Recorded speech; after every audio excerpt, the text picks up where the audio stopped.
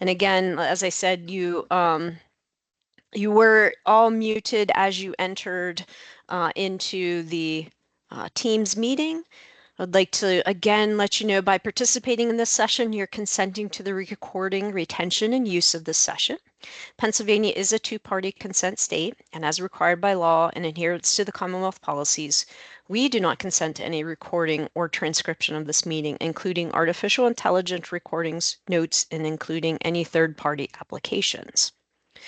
So the purpose of this meeting is to provide you with an overview of attachments in the fully executed grant agreement email that you received. Again, my name is Jennifer Grooms, and I'm a Grants, Statistical Development, and Special Projects Specialist with the Apprenticeship and Training Office, and I'm assigned to support you in this grant in any way I can and provide technical assistance. Joining me is a very supportive team from time to time you may interact with. Some of those that are on the call include our fiscal members. There's a fiscal management specialist, Sharon Hawkins, fiscal technician and fiscal operations, Christine Ferret, and Megan Garland. We also have a fair number of our apprenticeship and training representatives joining us today. And as we go through, I expect some of our pre-apprenticeship division members to join us as well. Again, you've been muted as entered into the meeting, and if you need to unmute, the button is at the top. And if you could, please hold your questions until our Q&A session, or feel free to pop those in the chat, and we will come back to those once we get to the end of the review. All right, each of you should have received an email detailing the fully executed grant agreement and NOO, and that's notice of obligation. This email includes the attachments listed here.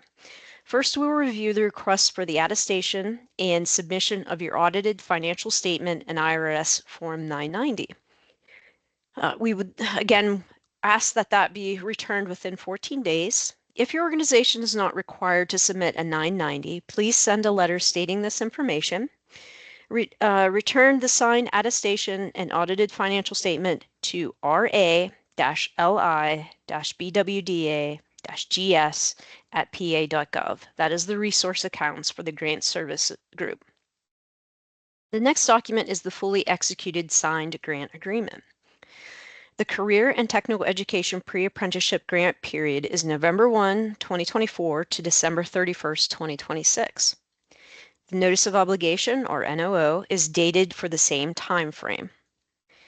Additionally, the terms and conditions, quarterly narrative report template, quarterly performance or progress report template, as we will interchange those names, and the grant financial report package, as we call a GFRP, and the closeout package round out the items we will discuss today. You should also note that we included a pre-apprenticeship enrollment guide and monthly update for the tracking of our pre-apprentices that are supported by grant funds. So key items to note: adhere to the requirements outlined in your fully executed grant agreement. Now that you have the notice of obligation, spending and invoicing for reimbursements may begin within the dates listed on the NOO, and this is the permission to spend funds as they align with your budget for reimbursement.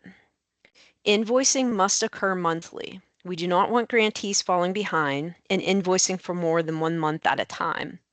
Even if you do not have expenses, please submit a zero balance invoice. And the fiscal team will review additional invoicing details later in this presentation. And lastly, maintain contact with the Apprenticeship and Training Office. Please ask questions. Communication is key. The Registered Pre-Apprenticeship Program has 5 key components: connection to an existing registered apprenticeship, approved training and curriculum, hands-on learning with a career focus, opportunity to earn an industry-recognized credential, and access to support services and career counseling. Additionally, the pre-apprenticeship program funded by this grant must be registered with the Commonwealth. Awardees will have until 1 year from the contract start date to finalize their registration or show progress towards the finalization of the registration. The ATO will define making progress towards registration on a case-by-case basis. Grantees are expected to initiate contact with and continue to meet with representatives of the ATO. We are the State Apprenticeship Agency, or SAA, and we want to establish, develop, and expand the apprenticeship or pre-apprenticeship associated with this grant. Grantees who do not make adequate progress towards their registration may have funds deobligated. If a grantee intends to expand a registered pre-apprenticeship, the grantee is required to ensure registered program sponsors remain compliant with all U.S. and PA laws, policies, regulations, and standards of the registered pre-apprenticeship, as well as their own outlined and approved program standards. If you have not attended a pre-apprenticeship orientation, you can learn more, and I will provide this link in the chat at the end of our presentation. So it's important to note the Apprenticeship and Training Office's Pre-Apprenticeship Division. The division will assist awardees to understand the process to register a new pre-apprenticeship program or expand an existing pre-apprenticeship. They will be valuable in understanding the guidelines and regulations. They're led by Danielle Demirovic and consist of 2 area pre-apprenticeship and training representatives. This division will be a vital partnership for grantees of this award. If your organization has not reached out to the field staff, please make a note in the meeting chat. Excuse me. And at the conclusion of this meeting, I will assist you in finding your pre-apprenticeship training representative. The pre-apprenticeship division holds weekly office hours on Fridays at 10 a.m. New programs developing a registered pre-apprenticeship, please plan to attend a Friday office hours by sending an email to which is pre-ra at pa.gov. for a Teams invite link. Again, as a reminder, pre-apprenticeships in Pennsylvania must be linked to an existing registered apprenticeship. There are matriculation expectations for pre-apprentices to become apprentices.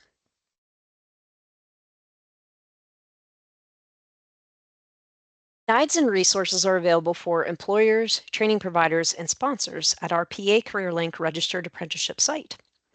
PA regulations, standard practices, starting registered apprenticeships and pre-apprenticeships guides can be found online. And again, the link will be shared at the end of this presentation in the chat.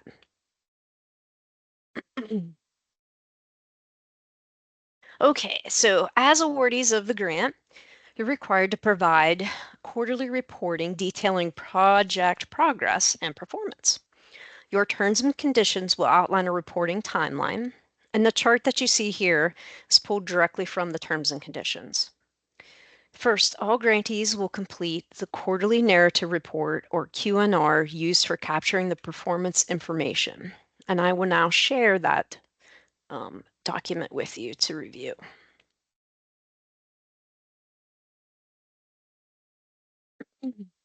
Pardon me again. As you can see, the Q&R is fairly self-explanatory. We're looking for general information such as quarterly grant activities, employer and business engagement, work with education and training partners, progress towards outcomes and goals, challenges and barriers, as well as strategies to overcome those challenges and barriers, and any best practices that have been utilized. We will ask that you use the following naming standards when submitting the email and the document to the Apprenticeship and Training Grants resource account. And this information, again, can be found in your terms and conditions. We'll ask that you use the subject line of the name of the grant initiative in which you have been awarded, the period of reporting that would include the months and the year, your grantee name, and then your contract number.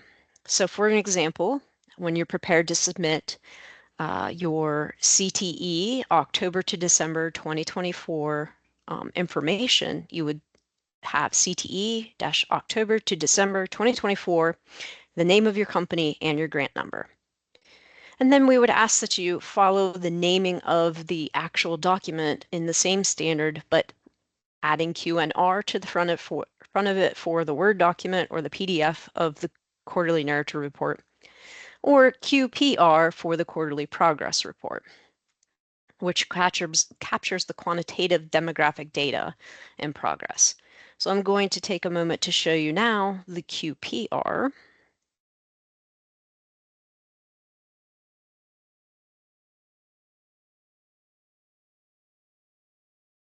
All right, so one of the first things to notice is 6 tabs across the bottom of the quarterly progress report. The first one is fairly easy. You will put your name in the name of grantee and your contract number. The next tab will report on the quarters in the period of performance of the grant. So you'll see that the beginning of this grant was November of 2024, and it is running through each of the quarters to the very end of December 2026.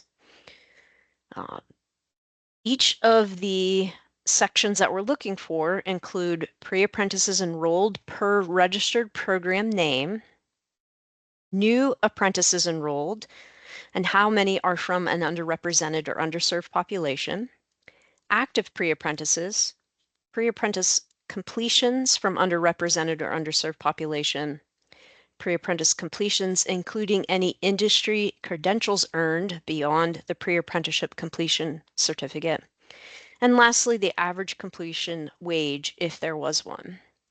So again, you'll note that there are tooltips in all of the gold boxes along column A to give you guidance in filling out the QPR. So when your program is registered, you will place the program's name in A4 through A8.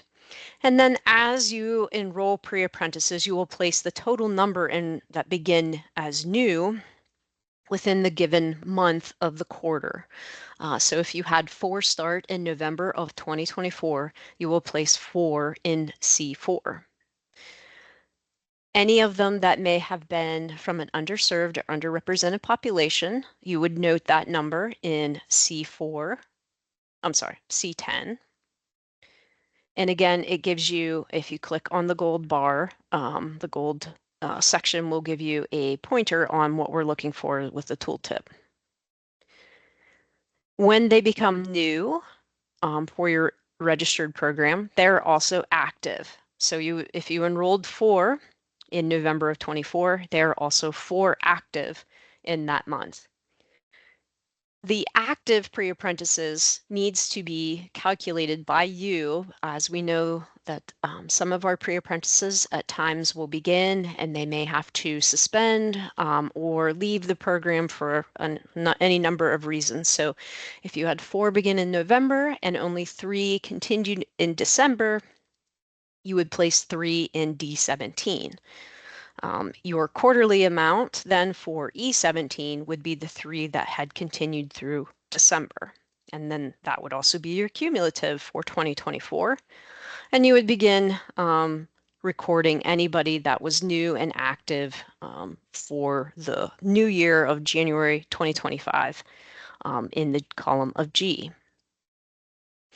If you have completions from underrepresented populations, we would ask that you note how many pre-apprentices completed. And then if the program that you're working with provides your pre-apprentices a industry credential that is beyond the pre-apprenticeship completion certificate, we would ask that you note in column B 30 through 35, depending on the number of registered programs you're working with. You may only have 1. You would note a 1 there if they're going to receive something that is above and beyond the completion certificate.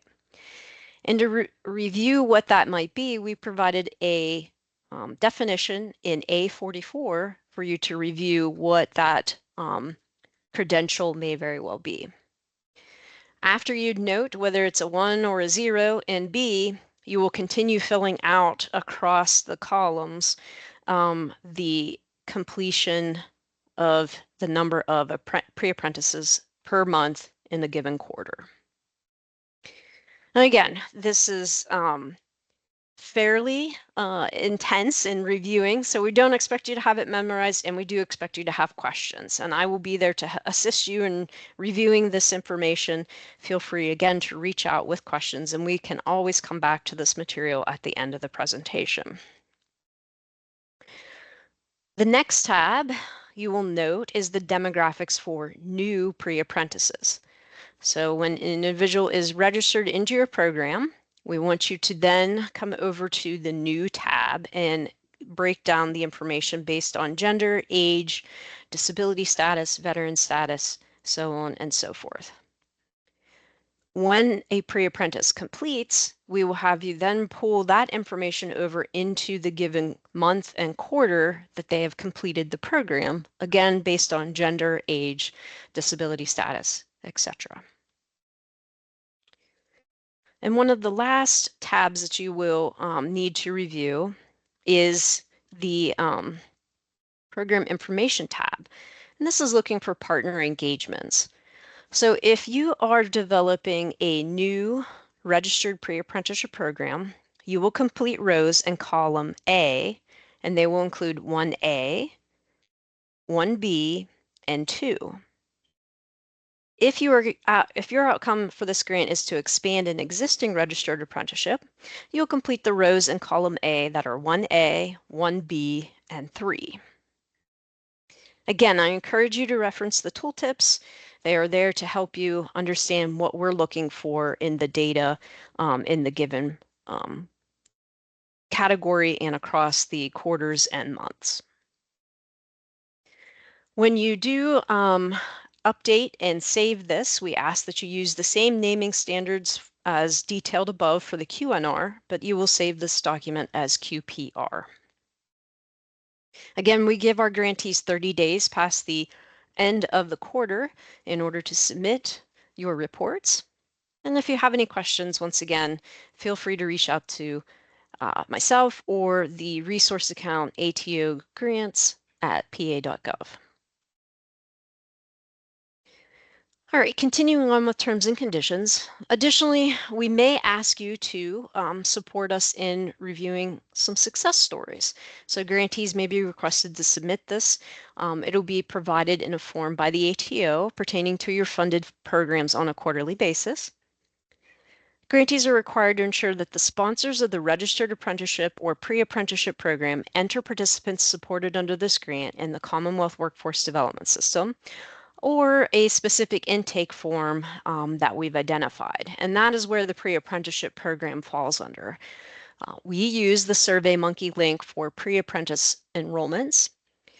This is the other identified tracking mechanism as noted. An intake will be reviewed in more detail later in this presentation. And we ask that our grantees participate in a regular scheduled Teams meeting, which I will send out at some point after this kickoff meeting. Grantees may also be selected to participate in a state grant performance review. Grantees must submit budget modification, narrative updates, and grant extension requests as necessary. Grantees will participate in any required trainings or events that should coordinate visits with the ATO upon request. And grantees must also follow the closeout submission process, which we will cover later during this call. All right, over the next couple of slides, I'm going to reference the pre-apprenticeship intake process. The instructions can be found in the fully executed email each grantee received. The Pre-Apprenticeship Division in Pennsylvania tracks enrollment through SurveyMonkey. If you have a registered pre-apprenticeship, you may be familiar with the SurveyMonkey enrollment process. For those that will be building a new registered pre-apprenticeship, you will become familiar with the SurveyMonkey enrollment process upon approval of your program. The SurveyMonkey link, it's only active the last full week of the month until the 5th of the following month. So for example, if you're preparing to report for January of 2025, it opened on January 25th and it will close February 5th. Again, I will show you on the screen side of, or on the right-hand side of the screen, you will see what the enrollment form looks like. You will need to have your FEIN number, your sponsor name, the program name, and there are additional items that will be asked for you to click through and answer as you enroll the pre-apprentices. Once a pre-apprentice has been enrolled, there may be times where you're going to need to update monthly what is happening with those pre-apprentices. So you may not need to enroll any additional pre-apprentices, but you may have them completing, or you're noting or providing support services to them, and that information will be captured through the monthly update form.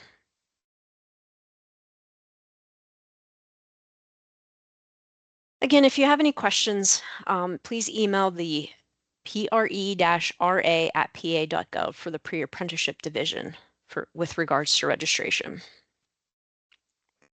All right, next we're going to take a look at invoicing and how you get paid for the expenses you're incurring from the program. Grantees must submit invoices through the PA Career Link site, also known as Commonwealth Workforce Development System, CWDS, due monthly by the 5th, and any questions regarding invoicing should be directed to the resource account listed here, ra-libwda-nonlocal@pa.gov. I am now going to turn the presentation over to Chris Ferret to review the GFRP, which some of you may very well be used to, but we'll take an opportunity to review some of the material within that. Thanks, Jen. Good You're afternoon. welcome. My name is Chris Ferret, and I am one of the fiscal technicians here with BWDA's Grants and Fiscal Division. And I do see a lot of very similar names, so welcome, and we're glad to see you are in with this opportunity. So this is going to be probably second nature to you by now. Any of our new grantees, especially the non-locals, this will be for you. Any local workforce boards will continue to do their own draws as you have in the past. So what I have shared on my screen is a test GFRP that we have put together. Most of this you will recognize from your budget portion when you were filling out your application. What you might not notice is you have a couple new tabs. You've got your invoice details tab, your FSR, and your FSR details, and your draw details, and your budget and expense details. This is where your original budget was put together at the time of your application, but it being a all-inclusive workbook, you now have your invoicing tabs open, and you will use these as you go through the grant. The months have been pre-populated, or they should have been in your fully executed agreement. When Jen sent that out, this would have been included in that. So at the time of invoicing on your first month, you're just going to come up here, and these will be specific to the grant period that you're working in. And you'll just enter in your expenses as you see here. So for example, we have an admin expense for salary and but nothing for fringe. We also have program staff salaries, and then additional expenses as we go through here. The beautiful thing about the GFRP is it will calculate everything for you. So anything here is going to then come over to your FSR, and it's as easy as putting the same name that is in the column that you have put your monthly expenses in. So that goes on your FSR. That will pull over your expenses and calculate your cumulatives automatically for you. It will also transfer to your FSR details tab based off of the cost categories you have entered. It will formulate your monthly expenses. It will formulate your cumulatives, and it will also show you the percentage that you have expended. It will also then give you a quick snapshot, just like it did on your FSR tab, of your monthly expenses and your cumulative. So it's super easy. We ask that please don't alter any of the formulas because of how intense these formulas can be. They are very sensitive. If you notice as you're doing your invoicing and you're not seeing anything here. So for example, I just changed the month and the monthly expenses went away. It has to be identical to what is listed on, and of course I didn't do that right, on what is on your budget and expense details. This is just a brief overview. If any of you have any questions or would like some one-on-one time, please send a request to the non-local resource account that Jen shared earlier, and we will be happy to set up a meeting with you to go over any questions you may have, or if you'd like, during our question and answer period, please put your questions in the chat and we can address those then. Now for PA Career Link, some of you may be familiar with this, some of you may not. It is where you will be doing your invoicing, and as you come in, this is what you will see for for the grantee provider page. This is what you will see. Forgive me, I'm just I'm trying to figure out where I'm at right now. So once you submit an invoice, it will show up here under Review BWDA, or if we send it back to you, it will be here in Review Provider Status. To get to that point, you will come up here to Finance and Workforce.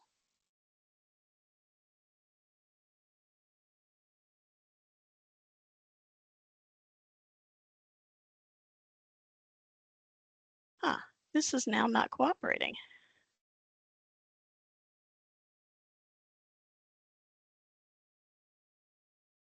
Here we go. So this is a contract and there is no live data in this. So you would come up to Finance, you would go pick your contract, and then the 3 ellipses on the side is where you will see you can view your contract, you can create an invoice, and that's where we'll be going in a minute.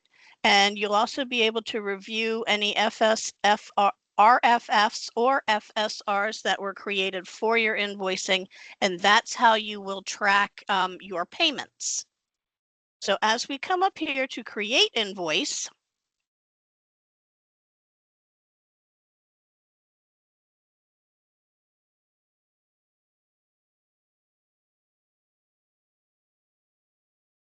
once you pull this up, it will give you your contract. You will select your billing month and you will select your billing year. Any comments you want your fiscal technician or your invoice reviewer to see, you can put those here. And this thing is fabulous. It is directly related to and mirrors your FSR details. So you can have this up on another screen and you can enter as it appears on your FSR details. And you can click the little caret next to the different cost categories and it will open and you can enter there as well. And these are all the same as what's on your FSR and should be directly related to what your budget was set up for. Once you're done entering that, you will click Save and Continue, and that will send it over to us.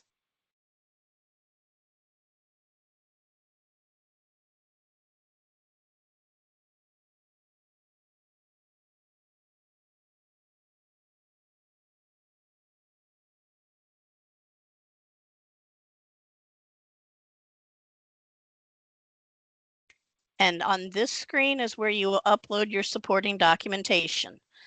We will need supporting documentation for any items you are invoicing for. Please remember this is a reimbursable grant. So any items that you have incurred costs on, you can submit for within your budget. So we will need the supporting documentation for any purchases along with proof of payment. For payroll, we will need a timesheet showing actual hours worked and hours worked towards the grant purposes. We will also need a payroll summary, a payroll register, or pay stubs. Please redact any PII, any social security numbers, addresses, those types of things we don't need to see. And once you upload all of these documentations, you will hit save and submit, and it will be on its way for us. And it will be in our queue. You will see up here, it says, well, where'd it go? It will give you your submission date, and it will say review BWDA status. So Jen, that is all I have, and I will send it back to you. Thank you, Chris. I appreciate that information being shared. And again, information on how to set up an account, as well as invoicing was included in your fully executed email that you received. All right, we're going to pick back up with the last couple slides that we have for today. If you find that there are changes to your budget, project narrative, timeline, or goals, we will ask that you submit a modification cover letter. And you can receive that by reaching out to the ATO Grants resource account at atogrants@pa.gov and use the subject line your grant initiative name, so Career and Technical Education or CTE, the purpose of your email, and the contract number. So Career and Technical Education, budget modification, and then include your contract number. Once the letter template is sent to you and you have it prepared, you will send it back to atogrants@pa.gov, and additional details on the process for budget, project narrative, timeline, or goals and outcome modification will be detailed to you at that point.